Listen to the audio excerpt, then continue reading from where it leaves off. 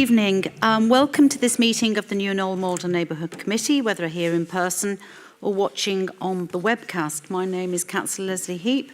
I'm chairing the meeting this evening. In the event of an emergency and the sounding of an alarm, the emergency evacuation procedure is to leave by the main staircase located behind me and congregate at the front of the building near the car park. Anyone requiring assistance should remain in their seats and an officer will assist you from the building. As a reminder to members of the public, the exit out of the building this evening is via the staircase through the double doors, which we'll see behind me. So not that door there, but here. Okay.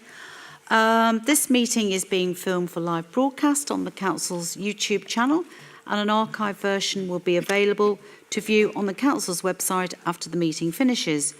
The broadcast will be suspended during any adjournments in proceedings and if the committee resolves to consider information as exempt business. Please can everyone present in the meeting ensure their mobile phones are switched off or in the silent mode for the duration of this meeting. Okay, so briefly we have councillors here. Starting with Councillor Thorpe over there on my right, if you could just briefly introduce yourself. Thank you very much. Councillor Richard Thorpe, representing Motspur Park and Old Malden East. Councillor Andrew Sillett, Combe Vale. Hello, Andrew Bolton, also Combe Vale. Hello, Councillor Yvonne Tracy from Green Lane and St James. Councillor James Giles from Green Lane and St James Ward. Councillor Lynn Henderson from Motspur Park and Old Malden East Ward.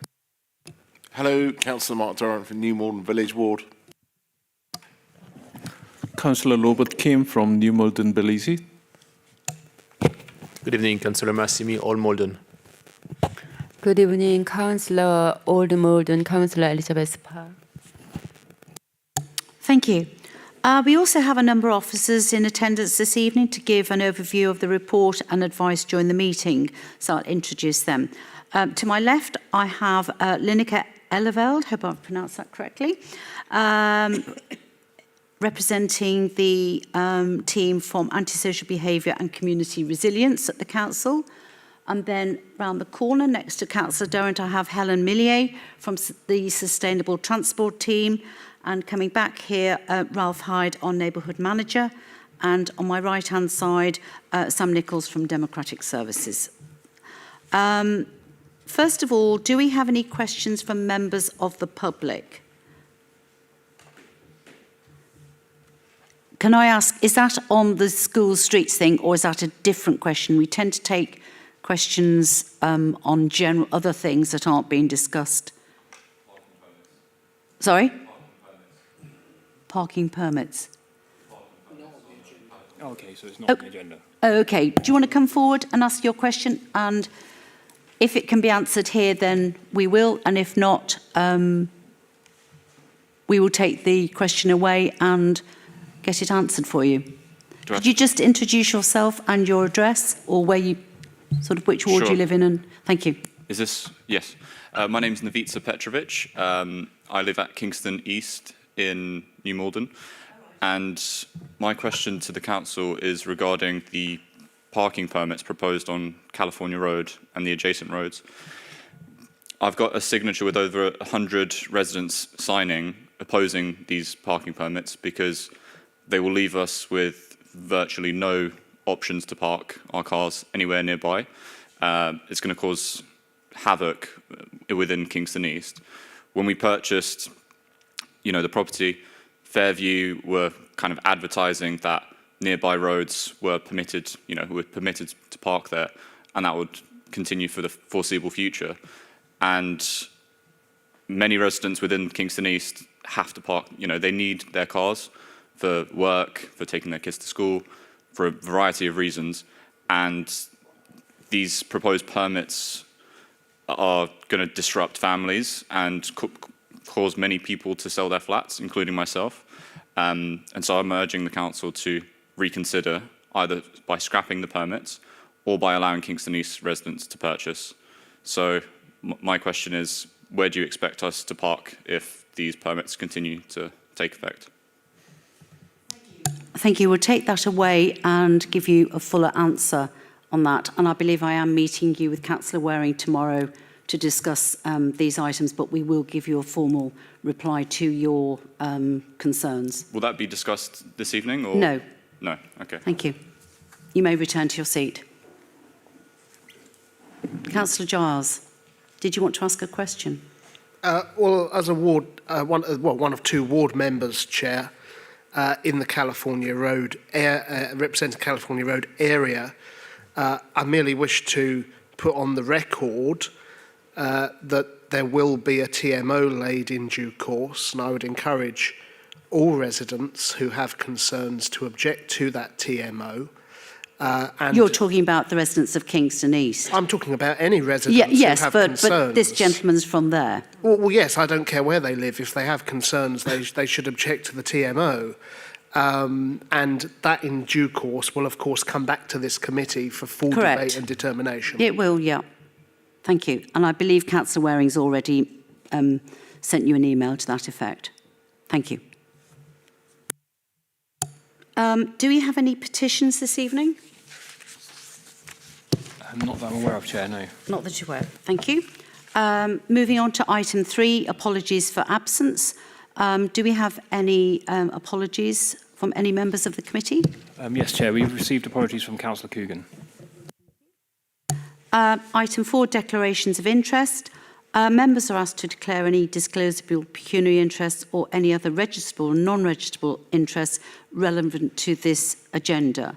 Do any members have any declarations of interest? Please indicate now. No? Good, thank you. And the minutes of the meeting, item 5. Do members agree the minutes of the meeting held on the 23rd of January as a true record, subject to the correction of the voting record for the main vote for the California Road area, in which Councillor Giles and Councillor Tracy voted against, but they will come back for signing at the next meeting, I believe. Is that okay with everybody, apart from that amendment? Agreed? Yep. Thank you. Yep.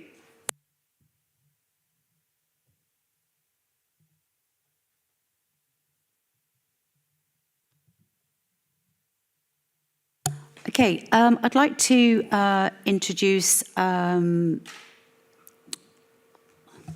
lost antisocial behaviour. Yeah, an update on antisocial behaviour from Lineker.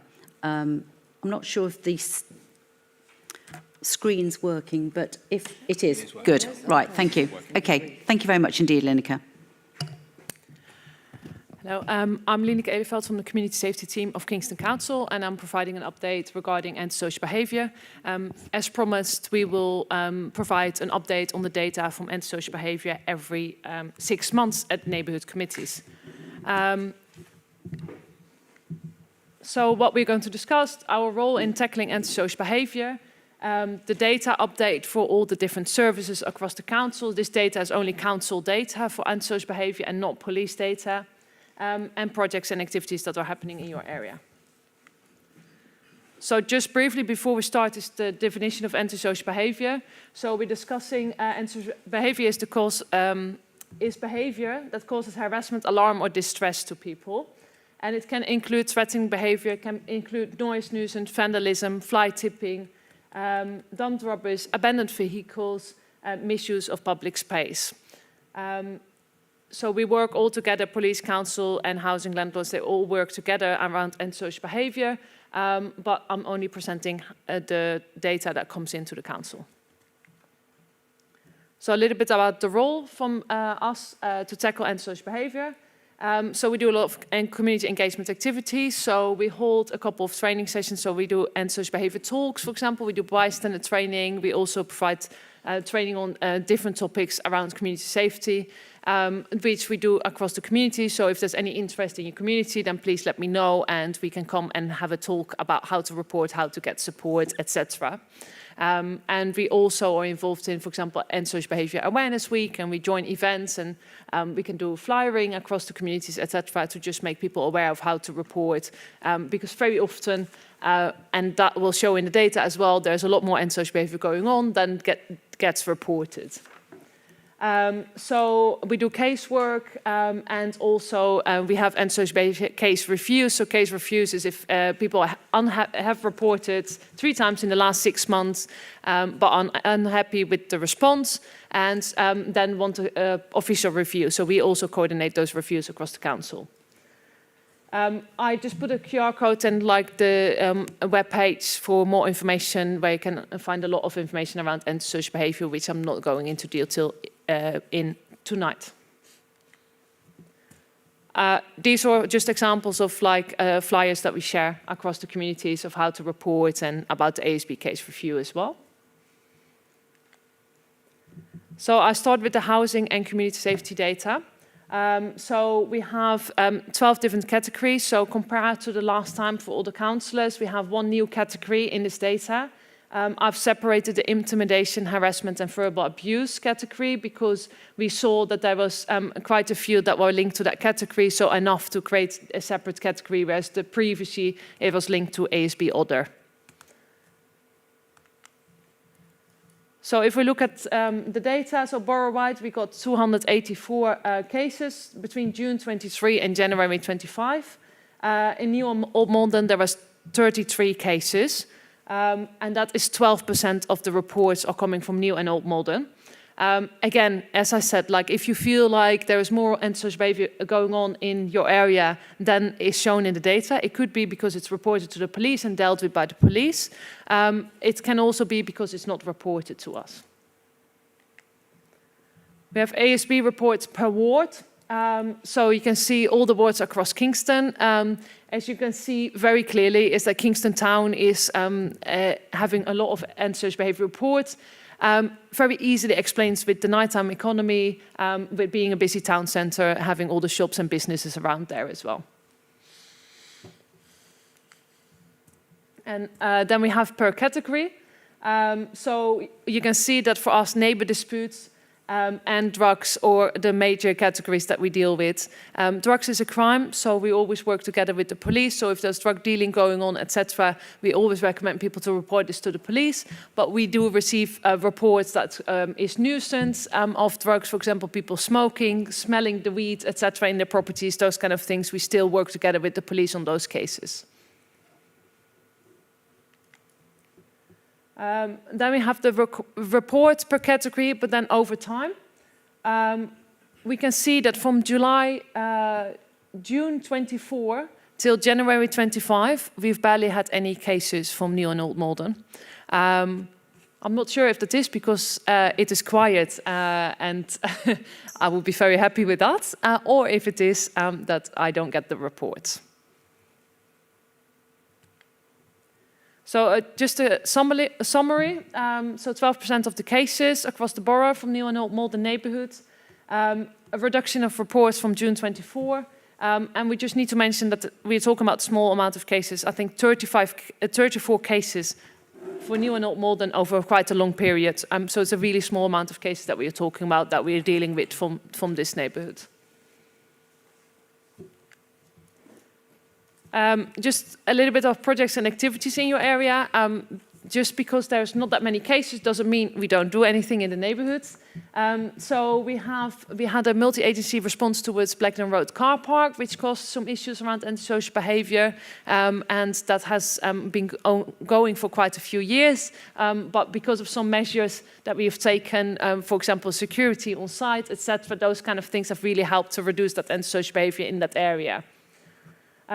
Also, again, a contextual safeguarding approach. Contextual safeguarding means the safeguarding of a place, so a location that might be at risk for young people. So Blackburn Road was also one of those that was a risk for young people to go to because there was drug dealing going on, drug use, and we didn't know what young people were exactly up to. So we work very closely with Achieving for Children on that location as well. Attendance of police ward panel meetings, so just looking at the councillors around, if you feel like that the ward panel meetings we are not attending, just invite us. We're more than happy to come if you find that useful, to just talk to the residents that are coming to the ward panel meetings as well. We're more than welcome to come, so just let us know. We also did some support for New Malden Library, where there was some antisocial behaviour as well, to inform how to report and how to deal with the issues, build a relationship with the local police team as well. The CCTV location review has been ongoing for quite some years, so we are doing a review of the whole borough, not exactly my team, but the other council team.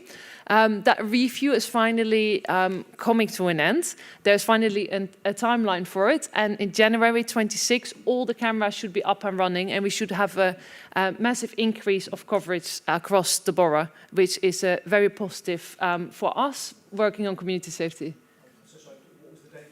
January 2026, so next year, January, it should be all up and running. That is the latest date. It might be up and running earlier, but I was allowed to share January 2026. So we have regulatory services. So again, I'm not from the team from regulatory services, but I'm presenting the data. So that is abandoned vehicles and noise nuisance are the main categories that they deal with. And the data is from July 23 till January 2025. If we look at the borough total, so we can see that there's, for example, noise 1,741 cases, so 34% is noise. And if we look at New and Old Malden, that is 32% of the cases noise cases. So we can just see the numbers here. We can see the fly tipping fixed penalty notices as well. And those fly tipping fixed penalty notices, we have a new contract in place with WISE, which started last year, which we can see an impact on the cases of the fixed penalty notice having increased. We can see an increase here in the cases. So we can see the fly tipping fixed penalty notices mainly having increased. That's because the new contract is in place with WISE enforcement officers, so they've been active across the borough since that contract has started. Just to mention about the enforcement team, I think it's really positive that we have those fixed penalty notices issued because a lot of concerns with the last neighbourhood committee meetings of councillors and also of residents was around fly tipping and rubbish, so that this contract has been in place and that fixed penalty notices are being issued, I think is really a positive of taking action against the people that are littering and fly tipping. We have the ASB reports per ward from regulatory services. Again, it's a bit same trend that Kingston Town Centre has the majority of the cases, being Kingston Town Centre with a busy nighttime economy and a lot of footfall.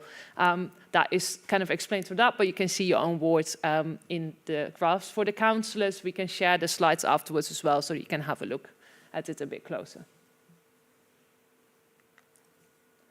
So just a summary, 22% of the cases from regulatory services are from New and Old Malden. So that's a bit higher than from our community safety and housing cases that we get from New and Old Malden. The main type of reports, noise and abandoned vehicles, and what I mentioned around the fly tipping fixed penalty notices having increased.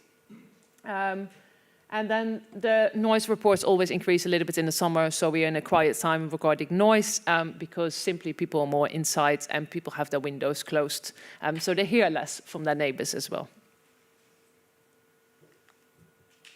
Last data set is around fly tipping.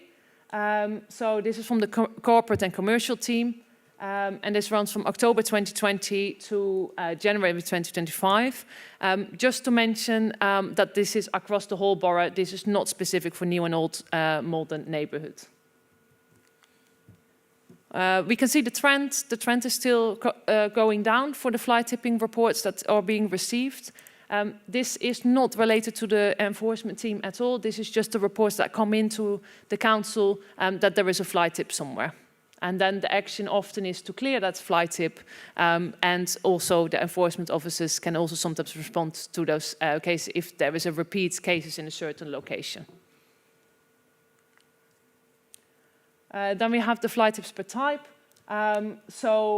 We mainly have household waste as fly tips, and black bags, again, household waste or the majority, so not too high percentage of businesses fly tipping across the borough.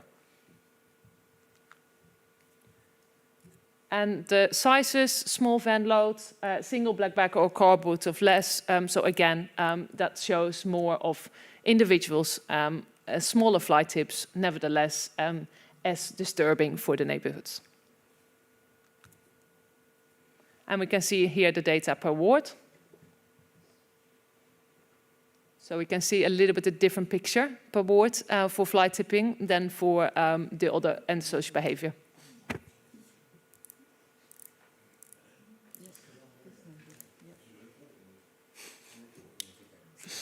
That might increase the statistics of your ward. So we have a flight tipping task force. They look at the hotspot areas across the borough, and sometimes also camera deployment, but also other tactics that we can use to do something about that location. We have the neighbourhood rangers that will do patrolling kind of the neighbourhoods and picking up some litter, and that's more the small flight tips, so it's not the big flight tips. And then we have a vice enforcement team that I already talked about briefly. Just briefly about campaigns. We had campaigns on Cambridge Road Estate and Sunray Estate last year. And that was really around raising awareness around fly tipping. And that's not only about like don't fly tip, but also about where can you actually get rid of your rubbish and your waste.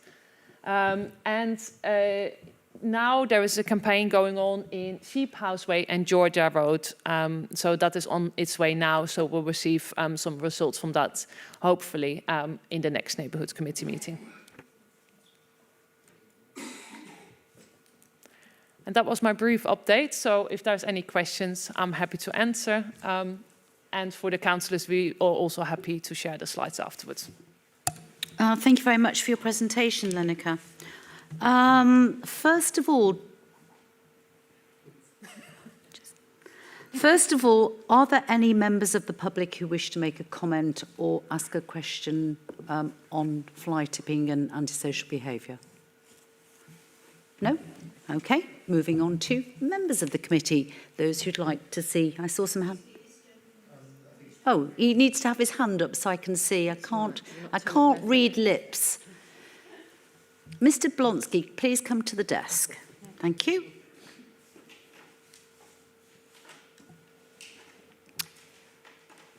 So if you address your comments to me, but through the chair, but to Lineker.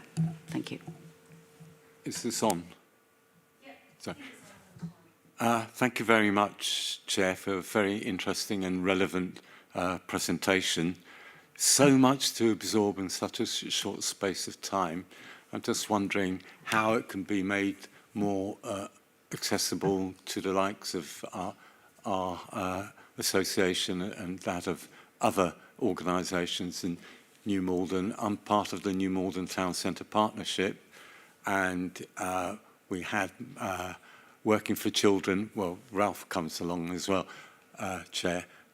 We had Matt Angel coming along, Working for Children, and he gave us certain insights of it, of antisocial behaviour, specifically in relation to the multi-storey car park. And it's very good news to hear that positive action has resulted in diminution of it.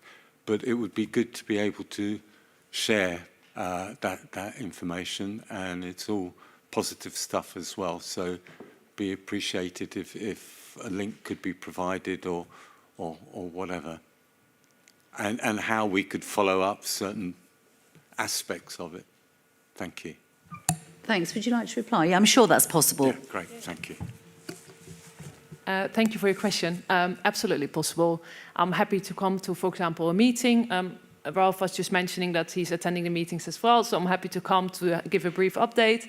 We also have, this is specifically for councillors, around kind of the data that they've requested, but we also have presentations that focus more on members of the public, that is more around like the support, the reporting, etc. So we can hold a talk like that as well, which can be done in half an hour, can be in 15 minutes, depending on how much time you want us to be there. We can have discussions. We can do a lot of those things. We do that engagement. So please note down our email address, and also through Ralph, I will follow up on that. Okay. Thank you very much, Chair. Thank you very much, Mr. Blonsky. Right, so questions from members. I saw some hands go up here. Councillor Massimi. Good evening. Thank you, Chair. And thank you, Lineke, for the report. I really like those. I just wanted to come back on a few points. I'm very pleased to see that Old Malden and Old Malden East Mobster Park are again doing very well in fly tipping and other type of ASB, and hopefully it continues like this. But I'm very keen to talk briefly about the urgent request that we've been asking for a number of years south of the A3 for more CCTV. We hardly have any. If I go to the Pocket Park in New Malden, they have more CCTV in that location than in the entire 2 wards south of the A3, which is shocking. We only have not even 4 for both wards. We really need more CCTV. They've been requested numerous times and we have yet to hear back. We are told we are a bit far away from the new BT connection. That's not good enough. We need more CCTV and we need more patrol in order to keep the world safe and safer. It's not good enough to be told that we are slightly further away from town centre. So really appreciate if we can do something on that. Also wanted to thank the WISE team. They've been super efficient in enforcing healthy penalties, tracking vehicle, resident. We need more of it. We need to send a signal, and I would really much like to have a campaign around the number of fine and how much it costs to fly tip, and lately to try to find solution as well. In Old Malden specifically, we are outside the ULEZ, which means that a lot of the residents are struggling and unable to go as often as they would like compared to other wards to the Villiers Recycling Centre. And I would like to ask if there are programs like in the past where we have white goods skip days, where we can have a skip in some of the estates or some of the central location for residents to maybe leave bulky items, or similar scheme where we can advertise and make sure that residents without a vehicle or without the means to go outside a non-ULEZ zone into the Villiers can be helped to reduce further fly tipping and make sure we offer an alternative. That makes sense. Thank you. Yeah, Linnick, if you would like to address some of the points, particularly the CCTV, and thank you. Both request is not my team, and I know that is not very helpful. Yeah, CCTV is from Chris Beckley. So he follows up on the CCTV and the whole review. So I'll give an update about like when the new CCTV is coming into place. So it could well be that that area has more CCTV coverage than it had before, but I'm not sure because that's not what I've been focusing on. So Chris Beckley is the right person for that. Ralph, you said that's. Well, yeah. So that is one of them related to the fly tipping. Again, also another team, but we can ask them to get in touch. Yeah.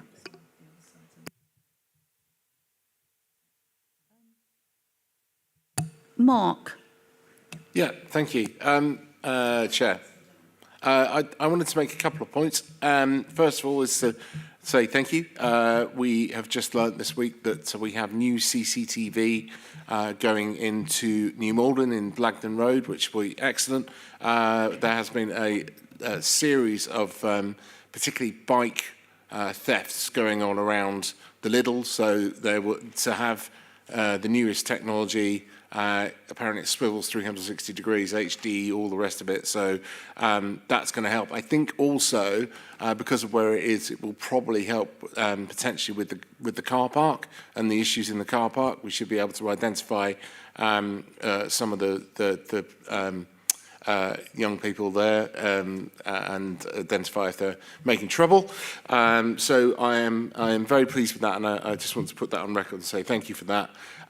Something I struggle with a bit more, and I know other councillors do, and I was just talking to Ralph before this meeting started, is that the abandoned vehicles policy, I think, is somewhat not necessarily appropriate, because basically, for example, I have an abandoned vehicle at the end of my road, and it has been there for months. It is quite self-evidently abandoned. It has 4 flat tyres, but it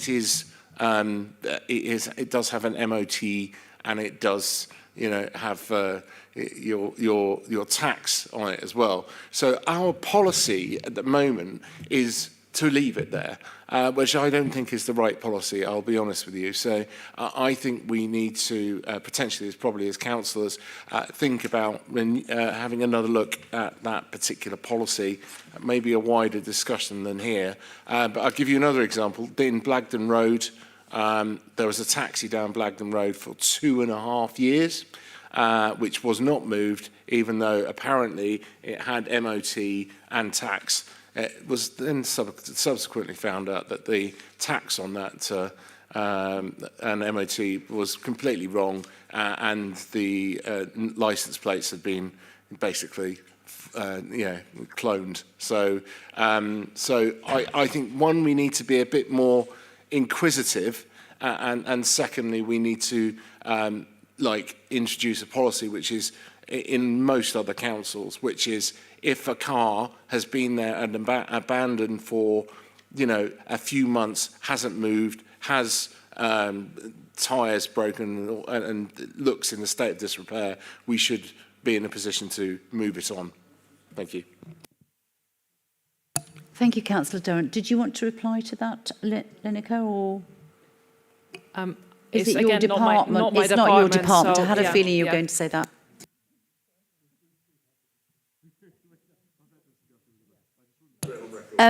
Liz Park, then Robert. Sorry, I'm using first names today. Yeah, and I'm coming around this side of the bench. Sorry. Hello. Yeah. Yeah, just I wanted to ask you, saying thanks for the anyway report update about antisocial behavior one. It's good to see lots of improvement. But one thing you say in Sheep House Way, you're doing some campaigning, but in that area, some of antisocial behavior comes from children, like young age. So I wanted to know how you liaise with the schools to do this campaigning, to more aware, to educate them. And we have we reported many times, but it's not stopping, and it's quite, some of the behavior is quite risky for the residents, older people coming out from the flood. And so just I wanted to know how you are working with the schools. Thank you.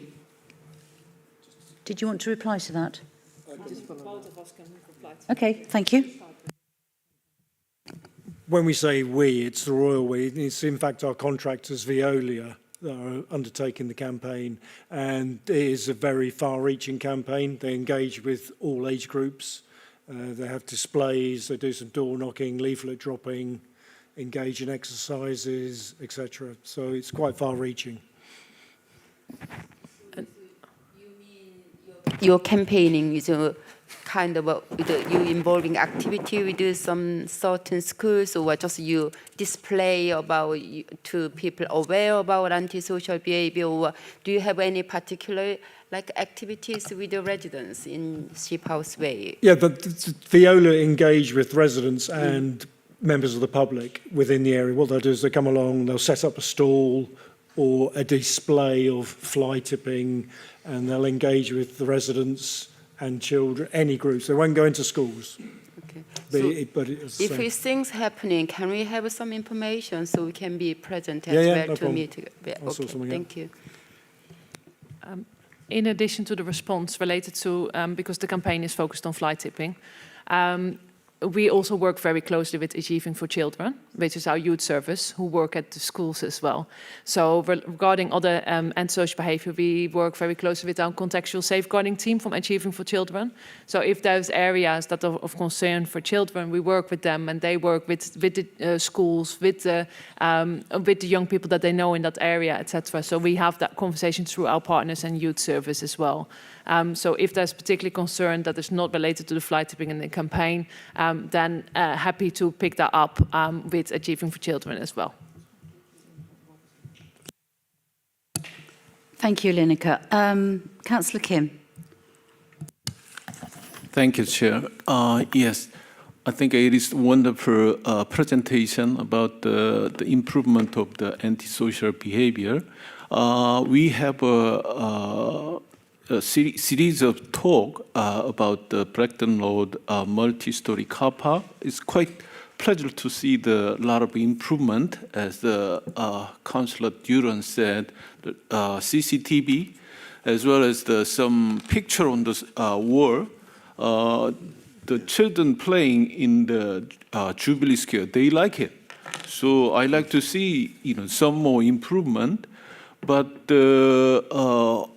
in addition to that, I wonder if there is any redevelopment schedule or plan which we can upgrade that multi-story car park for some sort of the artist residency. We have a lot of example in another town, so it might be a good idea to improve that antisocial behavior to some artist residency. Is it possible to get some plan or answer? Thank you, Councillor Kim. Yeah. No direct answer of yes or no. However, we've done that in different areas. So, for example, Cloister Small is one of the areas that we put street art as well to kind of reduce the graffiti and reduce the antisocial behavior in the area. So I'm happy to have a conversation, see what is possible, potentially work with schools, colleges, etc. So we can explore that together. So happy to have that conversation and see what we can do. The New Malden is, the ethnic minority diversity hub, sort of, the Korean and Tamil and Hong Kong people. Maybe you can use some cultural diversity hub if we redeveloped as a residence, the artist residencies. Let's have a chat outside to explore the options that we have. But definitely open to it. Yeah. Thank you. Councillor Bolton. Thank you very much, Chair. It was just quickly to say to Linka, thank you very much for such a good report. It was really packed full of interesting information, sad in some ways because of the topics, but it's good to know where we are. I wonder, and it's also great to hear that you're going to be sharing the slides with us after this meeting and with the other residents groups and such like as well. I wonder, maybe in the future, possibly one for you, Chair, if we could maybe get the officers to share these slides before this meeting, so as ward councillors we can be fully briefed before the event, so we can then ask questions, based on some knowledge. That would be really helpful.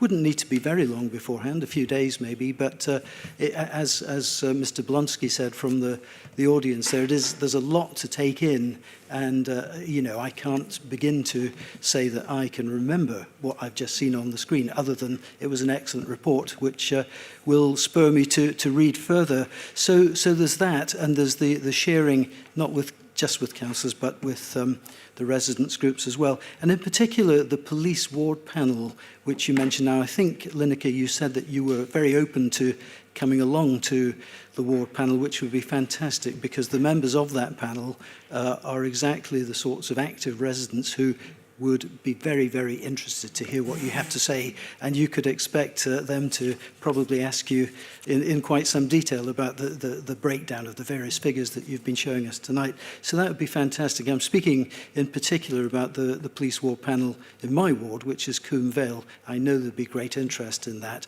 I will message the chair of that to say that this is a possibility, and hopefully we'll be able to loop you in as well. But thank you very much indeed for such a good report. Thank you. Thank you, Councillor Bolton. Sam tells me that the slides were shared on the 26th of February to members of the committee, just to clear that up. Well, in that case, but it may not have got to you. I don't know, but I got them. Well, thank you. Then I apologise because I haven't seen them. That's all right, no problem. Thank you very much. Anybody else got any questions? I'll come to this side of the room now. We'll take turn. Councillor Sillett.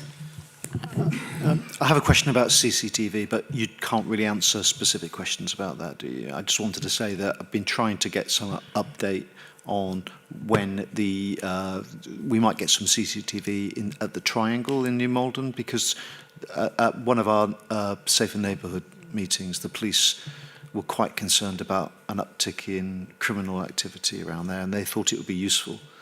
I haven't managed to get any response from Mr. Begley so far, but at least we've got a framework that it could be January at the latest, but I wonder if anything could happen a bit sooner.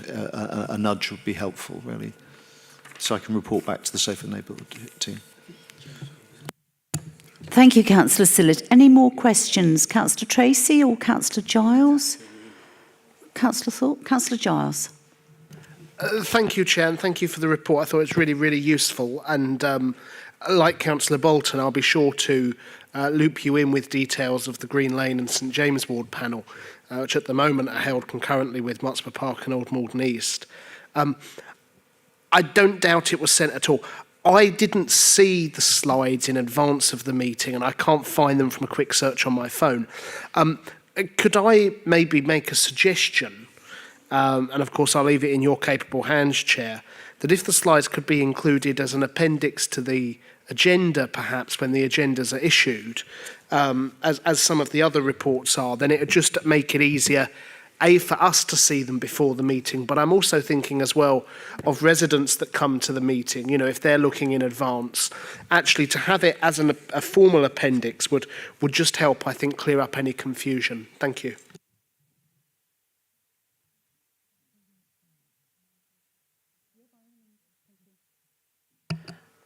Thank you for the question related to the sharing of the presentation. So we've said, like, we're happy to share the presentation with all the councillors. We're not going to officially publish the presentation because we're talking about data that needs to be interpreted. So if the residents are coming here, they can, of course, listen to the presentation, etc. But we don't want to publish it because data is always up to interpretation, and we don't want people to go with something that they see on the slide, which is only a small part of the picture. So happy to share it with councillors before, but not to be published. And we are happy to go out to residents and do presentations around reporting, around how to get support about issues in the neighbourhood, but not per se the data in itself, because it's such a small amount of cases that we're talking about that a graph can easily be seen as something more than it is. Yeah. I take the point, but I mean, if I may, Chair, just providing some counterbalance.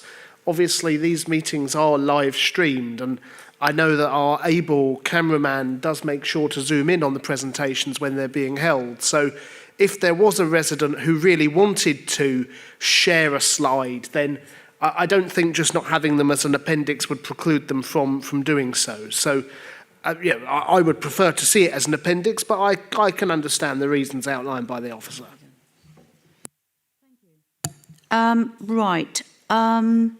Anybody else got any more comments or questions before we move on to the next item? Okay, well, thank you very much for everybody's contributions and questions, and to you, Lineker, for coming along this evening. I know you have been to my ward panel meeting. We haven't had one recently, but you have been along and discussed things for ASB and that, which has been very helpful. So, yeah, I'm just about to say that. I'm sorry, I'm not quick enough for everybody tonight. Sorry, you may leave the room, as they say, and enjoy the rest of your evening, Lineker. Thank you.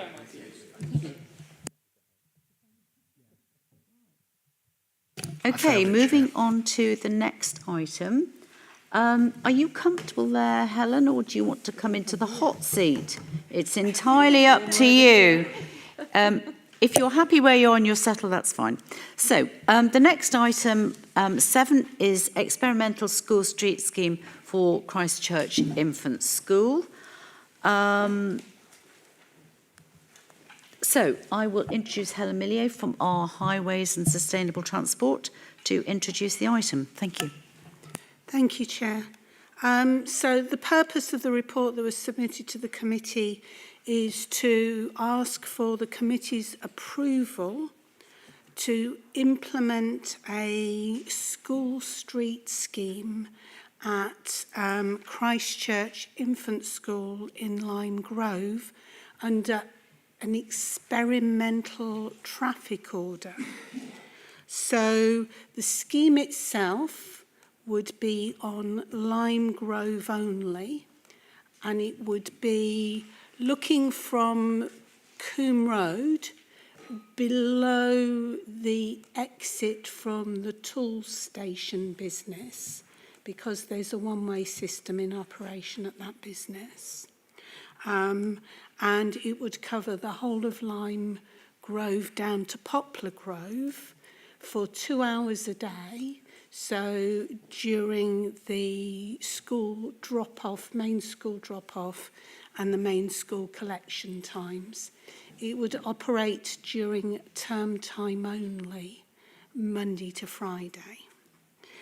An experimental traffic order allows us to introduce the scheme for a maximum period of 18 months before returning to committee with the results of both stakeholder engagement. For example, we use the Let's Talk portal on the Kingston Council website. We would undertake a letter drop to residents in the neighbouring streets and in Lime Grove. We would work with the school and we would have lamppost wraps to advertise the scheme. The scheme would be published on the council website. Running alongside that would be the formal consultation under the experimental traffic order, and that is the legal consultation to which residents and anyone else interested would be encouraged to contribute. And the results of both the engagement and the consultation would be brought within the report to the committee for a final decision. There would be monitoring of traffic counts on the school street itself and on adjacent roads. At the moment, the roads that we have identified include a number of the Groves roads, Elm Road, Beach Road, Poplar Grove, and also Clarence Avenue, to allow for the majority of the other schools in the area, bearing in mind that there are 4 schools in the area. The advantage of carrying out the monitoring data means that we have a very good idea of traffic and any traffic displacement, and we would be able to use that data in subsequent years to look for additional funding where it was identified that additional traffic calming measures, traffic reduction measures would be required. And this is an opportunity that we've not had previously. I think that pretty much covers it off as a summary, and I'm happy to take what I'm sure will be many questions for the points that I've missed. Thank you, Helen. That's very good of, to give that presentation. I move the recommendation as set out on page B1 of the report. Do I have a seconder, please? I'll second that, Chair. Thank you very much. First of all, any comments or questions from members of the public? Mr. Blonsky, would you like to come forward?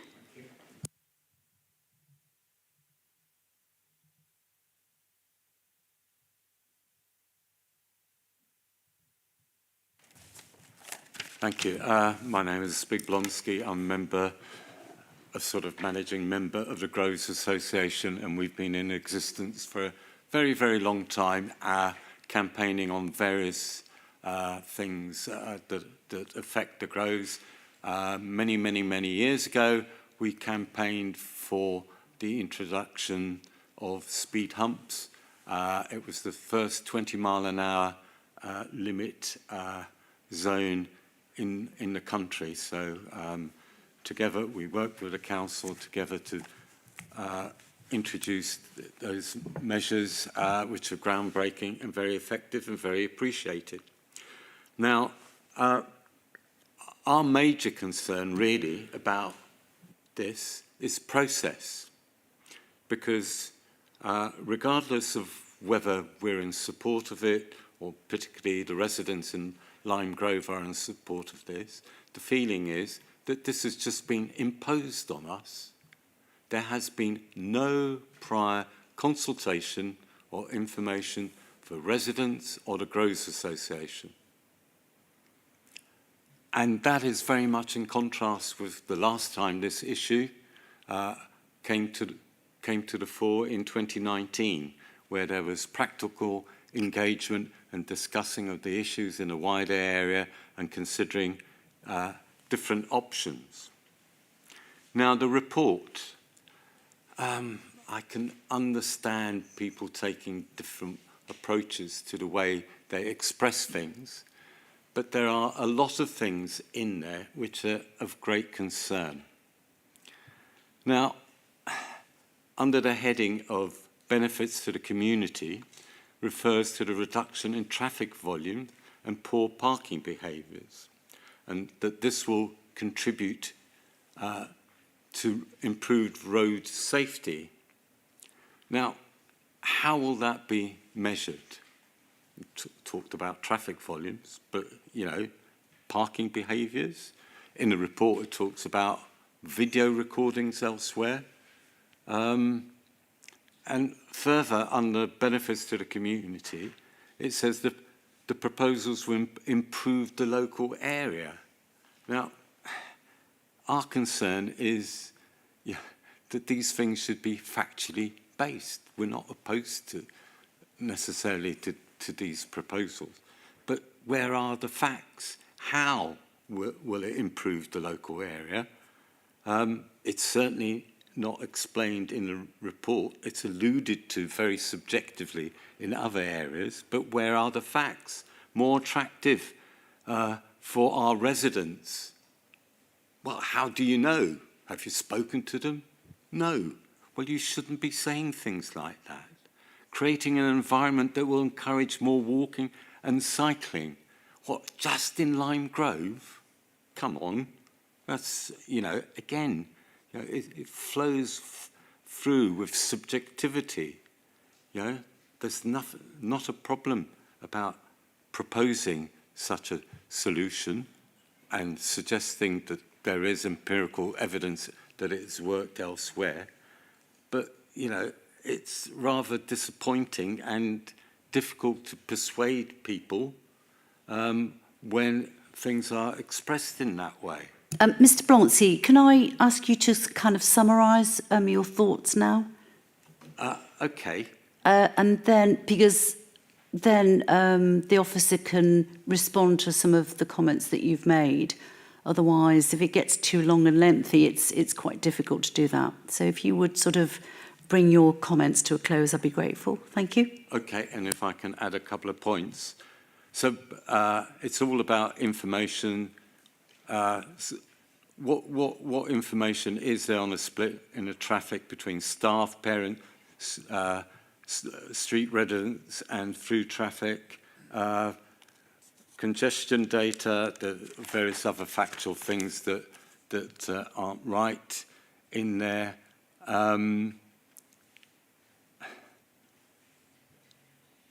In terms of signage, that is a major issue, because basically I think we're all in agreement. This is going forward because that's what the committee is going to do. Signage has got to make sure that people don't actually accidentally stray into Lime Grove during the restricted periods, because it would be self-defeating.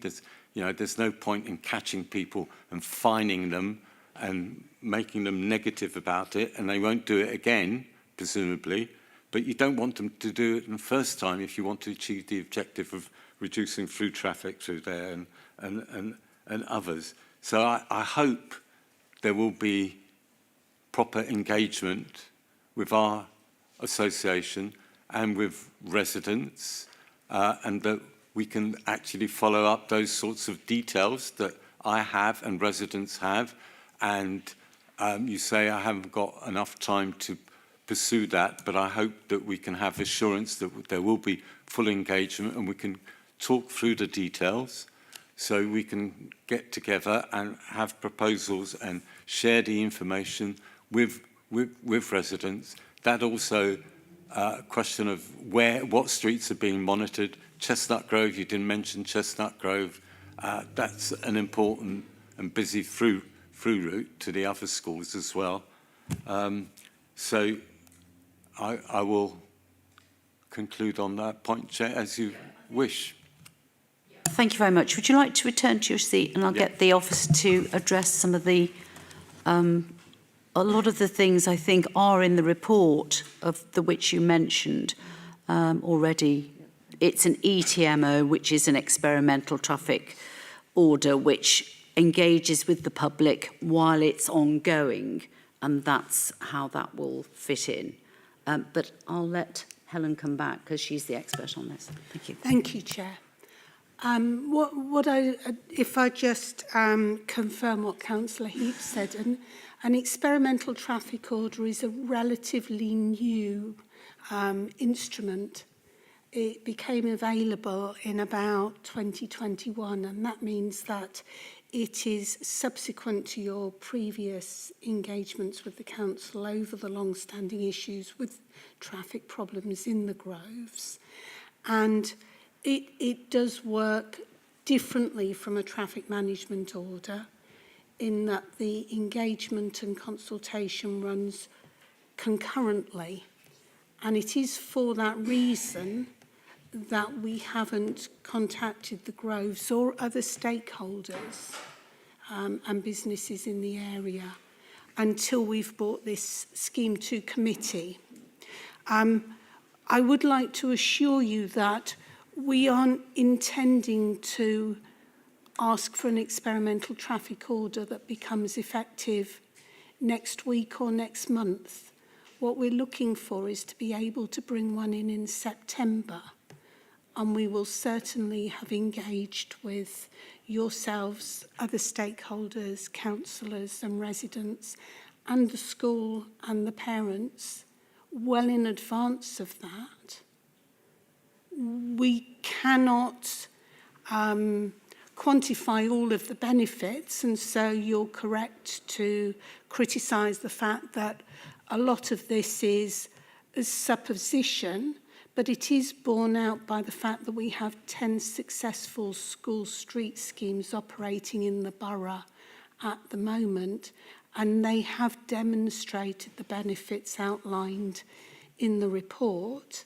And additionally, there are many school street schemes across London which do show the same types of benefit.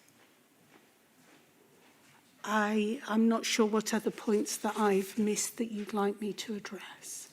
Thank you, Helen.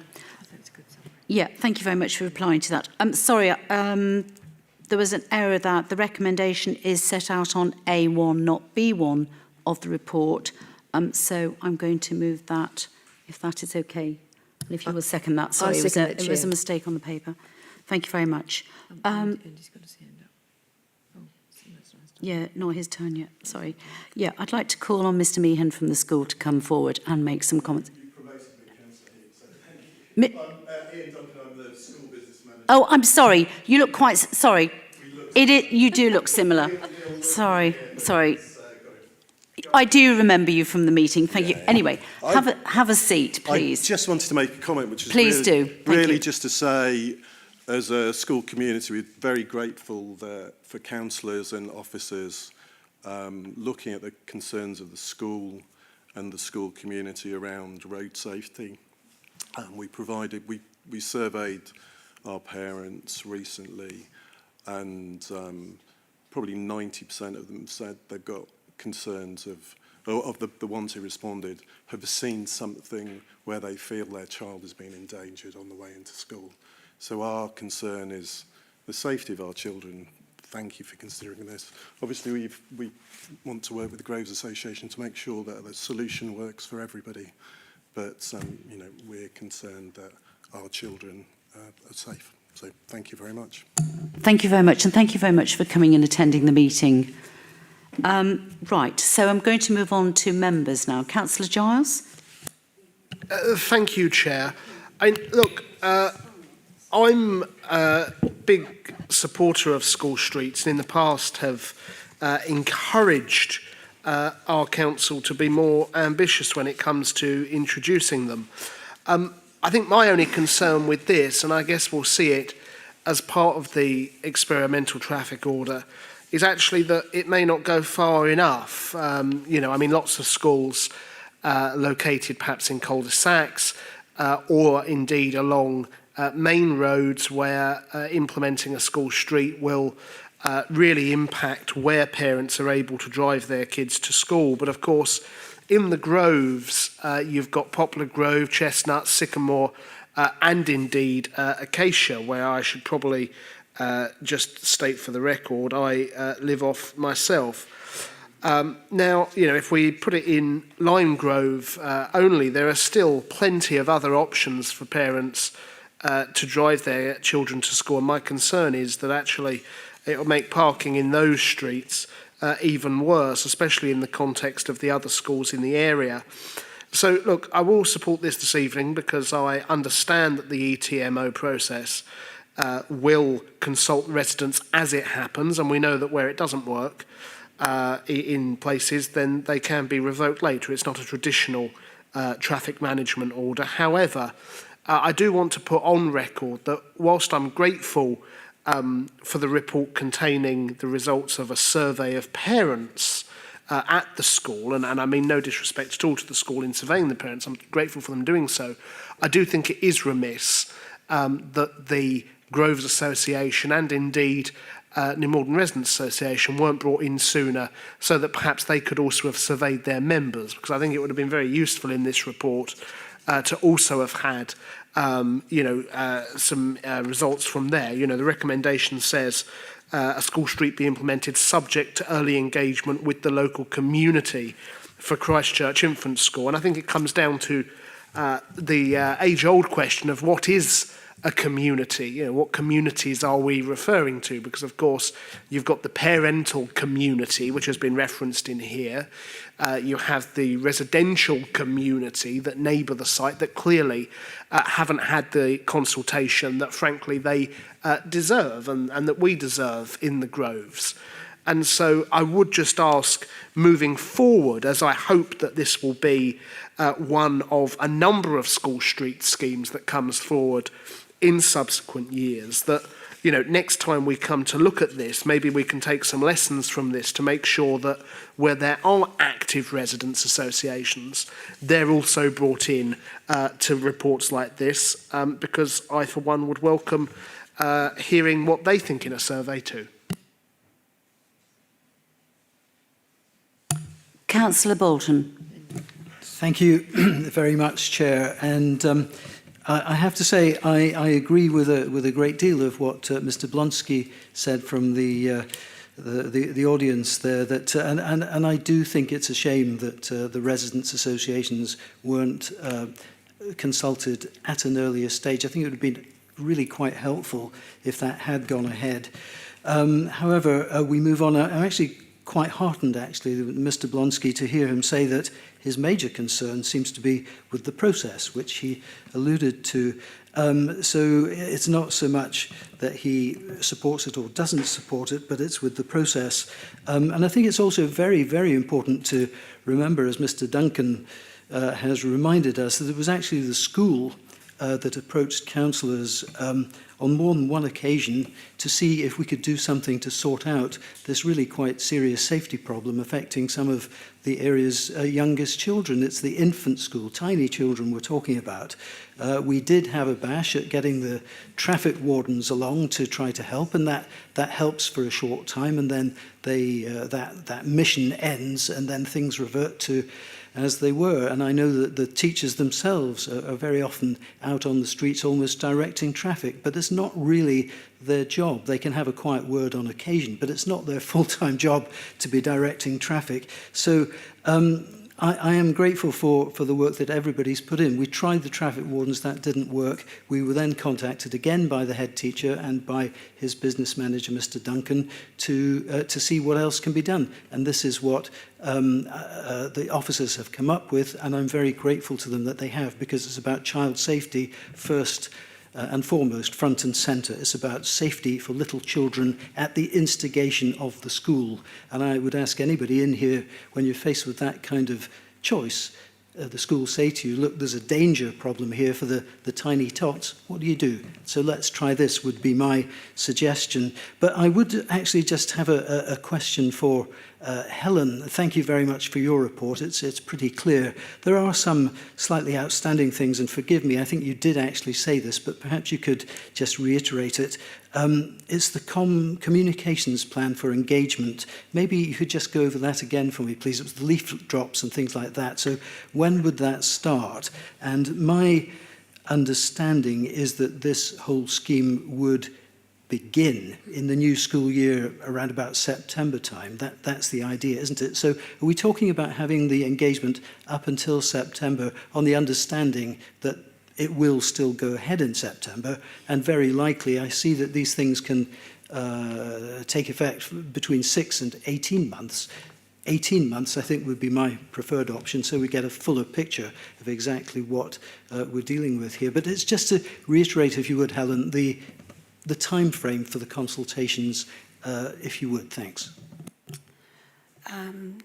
Thank you for your comments. Thank you also to both councillors for expressing support for the scheme. That's appreciated.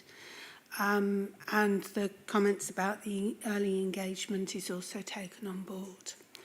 In terms of the stakeholder engagement, it will run prior to the scheme coming into place, and it will continue during the course of the ETMO until we bring a report back to committee for a decision on whether or not to make it permanent. And the consultation will start when the ETMO comes into effect, so that we would encourage everybody to comment on both. So the engagement and the Let's Talk survey, and for those who are struggling to do that online, we would provide paper copies in various formats. It's about the lived experience, and then the consultation is about, do you object to the scheme? And if you object to the scheme, your reasons for doing so. There were a number of questions that came to me ahead of this meeting, and one of them was, what would happen with all of that stakeholder engagement? What would we do with it? We would bring it to committee for a decision, because in terms of the ETMO process, it is the committee's decision whether or not to uphold those objections. So we as officers don't have any say in that. We report back to committee, we make our recommendations, and it is for yourselves to decide. But we also do bring back the results of the engagement. Both are really important. And it's about lived experience, so it's difficult to do the engagement before the scheme because the scheme has not been experienced. It's a perception of what it might bring.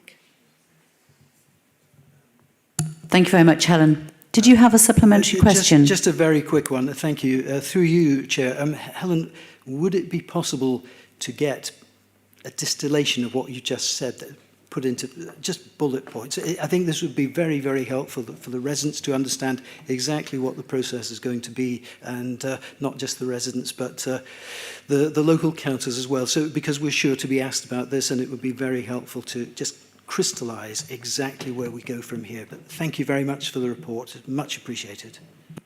Yeah, thank you very much, Helen. I'll second that. Very good report and long overdue. Not your fault, but circumstances, but we welcome it.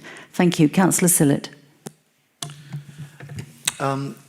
Yeah, clearly something needs to be done with Lime Grove. There's been problems and complaints. The school have now raised serious safety concerns, and anybody seeing the situation down there at school drop-off, it's effectively a one-way street because of the parked cars, and I think it will improve things. But I have to concur with Mr. Blonsky's comment that I would have really liked to have heard more from the two residents' associations, what they think before this scheme goes ahead. I know the school did consult with it does say in the report that the school contacted the Groves Association to praise them of the scheme. Are we allowed to say anything? I don't know what the protocol Chair. is. Not at this stage, unfortunately. But I do believe they were contacted by the headmaster. Yeah. You know, I'm be very interested. Frustrating, but I will do as I'm told. Okay. The solution for me would have been to get parking enforcement to stop the errant parents that are idling on the zigzags. But apparently, and I did contact the parking enforcement on more than one occasion, and they did say send extra officers down there, but apparently they can't do anything if the parent is sitting in the car idling on the zigzags. I'm sure there must be something we could do about that, and that would have resolved that particular problem. Just one other point, please, Chair. Mr. Polonsky did raise an issue about signage, saying it's very important. I concur with that, and I think he did address a question to Helen that wasn't responded to. But I think in the report, the signage, it looks like there will be adequate signage to warn drivers about the scheme. And finally, just this is an experimental scheme. If there is serious displacement or problems caused, for me, 18 months seems a rather long time for it to be in operation before we come back and discuss it again. My inclination would be to be a shorter experimental scheme, just in case there are unwanted consequences that are causing difficulties for residents.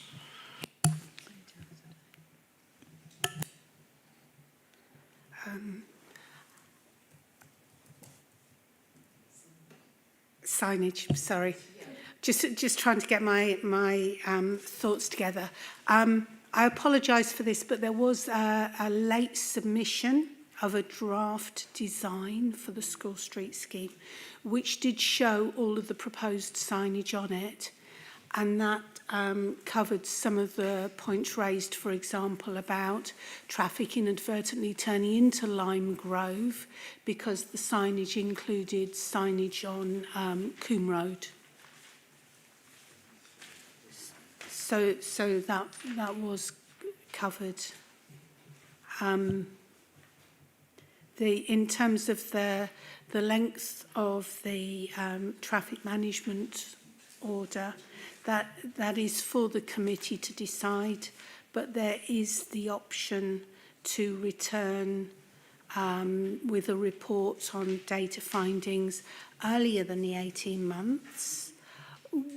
We would recommend that if the scheme was able to start in September, that it was permitted to run for the autumn and spring term in order to gather sufficient information and then to bring it back to a committee, which I believe would then be in June 26. Thank you. Anybody else? Mike, Councillor Massimi. Thank you, Chair. I've got a number of questions, and hopefully you can highlight me or educate me. I'm not familiar with that scheme. I can clearly answer that based on the drawing, it will be hard to miss the numbers of signage indicating the new scheme. There's 8 of them, so any driver who don't see them probably should not drive. The question that I have is more technical. So my first question will be, I understand it's a bit, it's preventing any vehicle to enter the road during restricting hours. That's my understanding of the scheme during school terms. Questions around blue badge, member of staff and resident. How do we access this area? Is it based on the car being registered with the house address and not being picked up by the camera?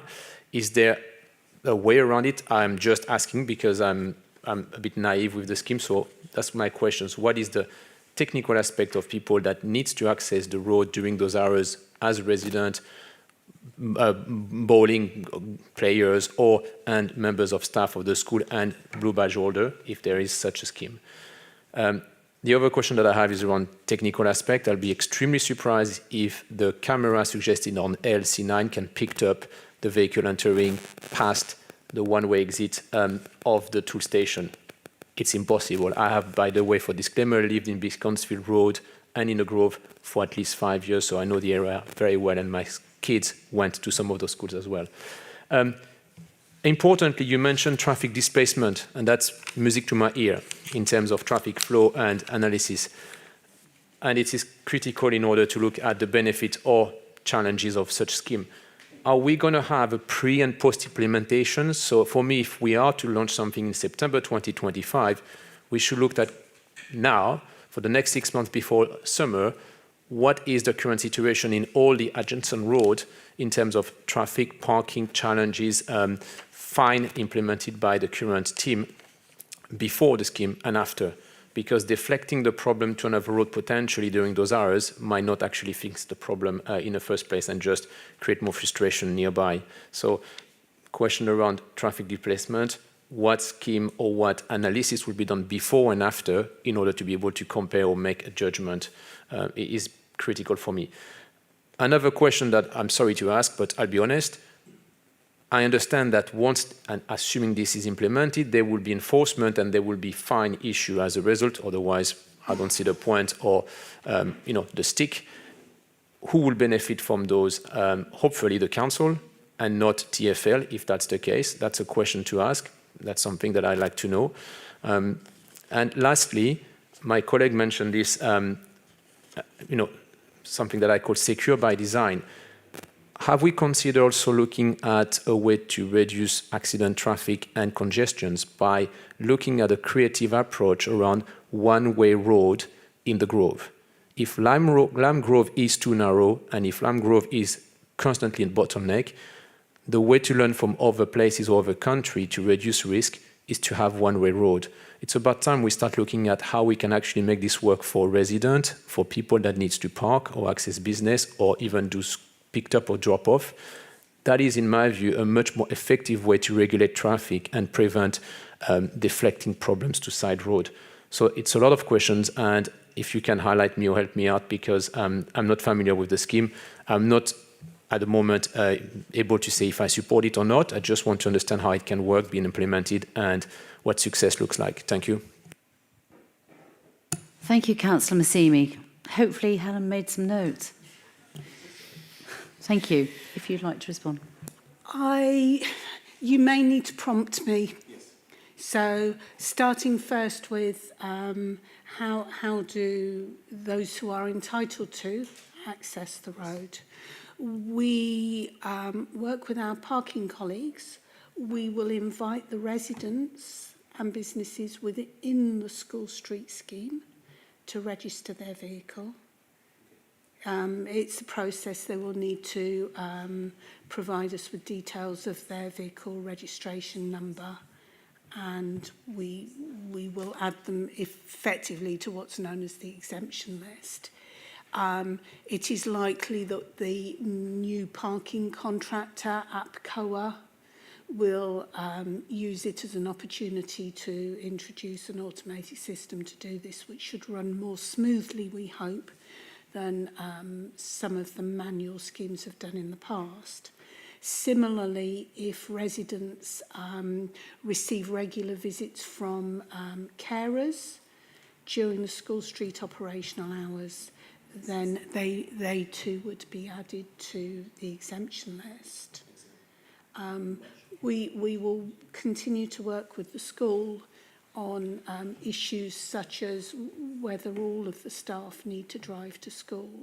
Some staff who have no option will be permitted to be added to the exemption list. But obviously we want to keep the exemption list quite small, because otherwise there's no point in having the school street. In terms of the proposed alternative solutions, and Councillor Giles touched on this as well,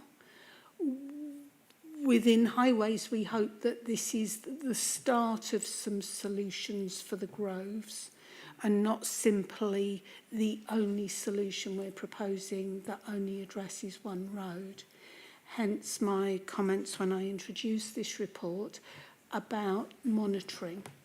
So pre-scheme traffic counts and post-scheme traffic counts. I probably missed some roads out. I have a long list of roads that we would like to look at. And as part of the engagement process, we'll continue to work and refine the data collection. That once we've got data, that then enables us to bid for money to introduce other schemes. But without that data, we have no evidence to back up a funding bid. And this may well be where schemes or potential schemes have stalled previously.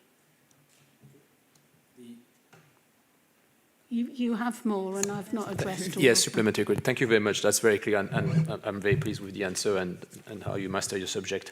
So I understand this will be enforced by APCOA, correct? Which is the current provider we're using. So that answers directly my question as to making sure that the funds stay within the ward and borough and not within TfL. That's kind of good news. Thank you very much for that. I appreciate it. Thank you, Councillor Nassimi. Ralph, you wanted to speak? Yeah, blue badge holders, it wouldn't be a full exemption. What they'd need to do is, if they were issued a ticket, they'd need to show the grounds why they were driving down that road during the restricted hours. If they were applicable, the fine would be cancelled. Yeah. Councillor Bolton. Thank you very much, Chair. And through your Chair, Helen, you did, I think, say that residents will be fine. They register and then they're not really affected. Other types of people, though, not people, but the bin lorries, for example, presumably can't go at those times of day suggested. Delivery trucks either, which frankly would be good if they were stopped outside the school. Construction workers, because there will be now, agreed a couple of months ago, construction taking place right next door to the school. There's a small block of flats to be built there. So they would need to be fully informed that they can't go down that route either, although perhaps that was already in train. I don't know, given the very close proximity to the school. Carers, you mentioned, would be all right. They can access the street. What about people's visitors? Are they able to apply for, if you've got your, relatives coming on Sunday, or, well, it wouldn't be Sunday, actually, it'd be school days. If the relatives coming on Monday, let's say, let's make it, you get a visit from your relatives on Monday, what do they do? It's an hour in the morning and an hour in the afternoon. So we would ask that they schedule their visit before or after them, because they can drive into Lime Grove before the school street operates, and they can drive in once the school street has stopped. But we're talking about 2 hours a day, 5 days a week. So you've got 22 other hours in the day. I know most people don't visit, after 10 o'clock at night, but it is a small amount of time, relatively. It's about communicating and making plans that meet, and we do hope that there will be benefits, and we will monitor this. We will carry out counts and monitor this, but also that longer term, that more of the roads in the groves will see the benefits coming from this scheme, as we're allowed to use the data coming out of it to look at other measures. Thank you, Helen. Anybody else, or does anybody want to make some comments on that before we take a vote? Councillor Durrant. I'll certainly be supporting this because, like Councillor Bolton says, I think there's a safety aspect of this, and that it should be uppermost in our minds. I think the other thing as well, and I have become a recent convert to this, is that if we can get more parents and children to do active travel, that will be a good thing as well. We should be trying to encourage more of that, less car use at that time anyway, particularly when you take into account the catchment area of that school is pretty small anyway. So I think that taking to account the mitigations for residents, I think, for me, this is a no-brainer. Thank you. Thank you, Councillor Durrant. Anybody else? Councillor Bolton, final word, as it's in your ward. Yes, exactly. I'm so generous. It's in my ward, but I'm not taking the whole blame for this. There are three of us. It was positive rather than negative. Thank you very much. Yeah, we take the positives, and I am sorry that not everybody's happy. But what I wanted to just absolutely double check was, in fact, it's possibly unfair because the representative of the school probably won't be able to answer back. But okay, if we went ahead and did this, can we be assured that the school itself will continue its fairly extensive efforts to get the parents to change their minds when it comes to driving people? It's not just a question of, I mean, they really need to be impressed upon that this is not good behaviour. So redouble your efforts, please, school, and keep it going in your newsletters. Thanks. Councillor Henderson. So both my children went to Christchurch and yours, the infant school. Let me tell you about Christchurch Infant School. It's a fantastic school, and it has some of the best statistics on encouraging parents to walk their children to school. So don't be worried about that. It really is. We're only looking at 2 hours a day, 8:15 to 9:15, is it 2:15 to 3:15? The infant school ends before the junior school. So that enables parents, if they've got children at the infant school, to walk around to the junior school and pick up their children. Fantastic schools, they know what they're about. It's a great idea because it is very narrow, and unfortunately parents' behaviour is not always the best. They will pull up in the car and get the children to jump out the back. That's not ideal. So I think if we can encourage everyone to try and walk, I think it's fantastic. But well done. Thank you. Thank you, Councillor Henderson. And on that happy note, I'm going to take a vote. Is this unanimous, or do you want a show of hands? Okay. Those in favour, show of hands. Chair, just one second. Do we need to decide the length of time? Because it could be 18 months, or it could be 6 months, or it could be a year. As far as I understand, it's between 6 and 18 months.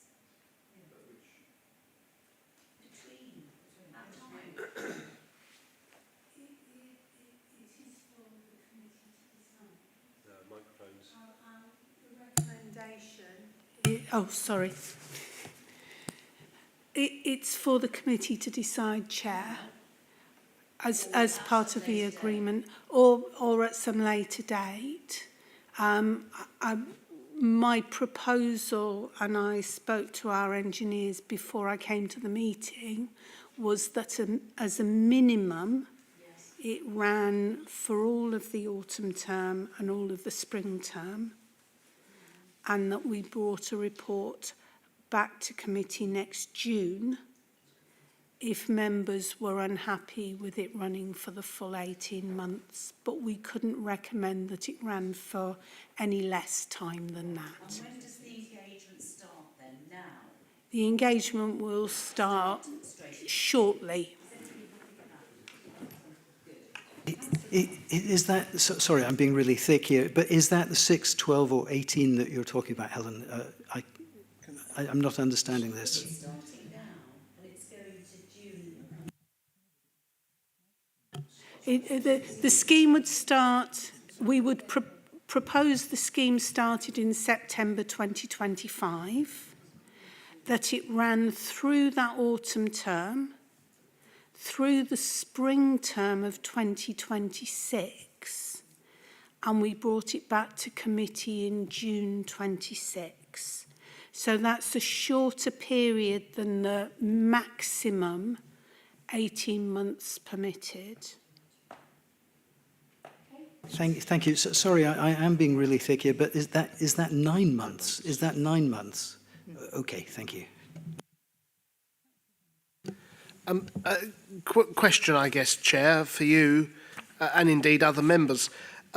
Is there a need to formalise that in a resolution that it comes back? Because, you know, I appreciate sometimes there are slippage on these things, and I wonder if it may provide some comfort to the residents, you know, knowing that we've said this evening that it will operate for an initial period of 9 months, because as it stands, actually the resolutions here delegate the authority to Matthew Hill in consultation with yourself as to the ETMO. I mean, I would feel perhaps slightly more comfortable if we actually proscribed the time length. Put it in the minutes then that it comes back to committee in June next year. Please. The intention of that. The intention is to come back, or that you want it in the resolution. No, that it'll come back. We'll have it in the minutes. I don't think we need a resolution, do we? No. Yeah. Yeah, that sounds useful. Good. Are we there? Yep.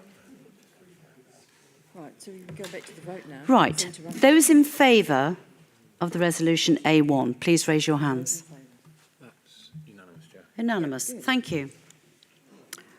So that recommendation is carried. Thank you, Helen, for your time tonight. And you may leave. Right. Item 8, a petition response. This was to receive information. This is for information only on an item where response is provided to a petition which was submitted at our meeting on the 23rd of January 2025, which is in your agenda. And basically, we are noting this item, if everybody is happy with that. Okay, thank you. All right, I'm moving swiftly on to item 9, Neighbourhood Managers Report from Ralph Hyde. Thank you. Thank you, Chair. A very brief report, just to say, thankfully, Jackie's back at work full-time, resuming her duties. And I would just like to remind all councillors that have some council award funding left, please allocate in the next week. I'll be so I can get it in by the end of the financial year, please, without making accruals and becoming difficult for me to get rid of for you. Thank you.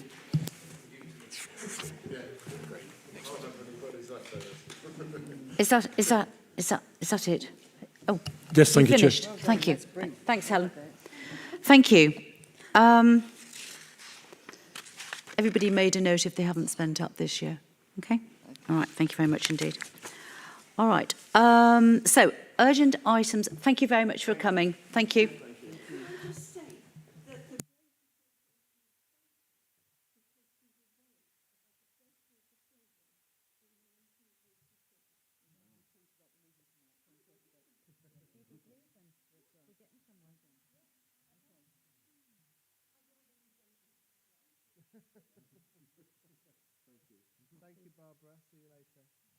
Thank you. Urgent items by the Chair. This is about the Council Award funding to sort this out before we start the new year. So basically the arrangements for the 25-26 municipal year. Ralph, if you would like to summarise the report. Thank you.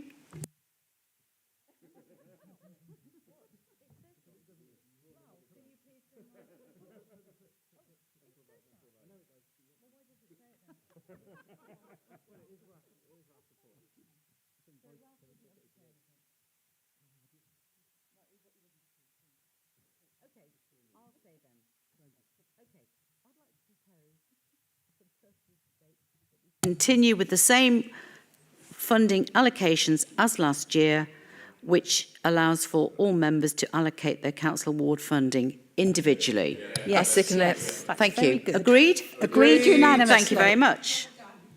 Good. Is that it? So there being no further items, I'll close this meeting at 10:15? 10:13. Thank you very much, everybody. Thank you for coming.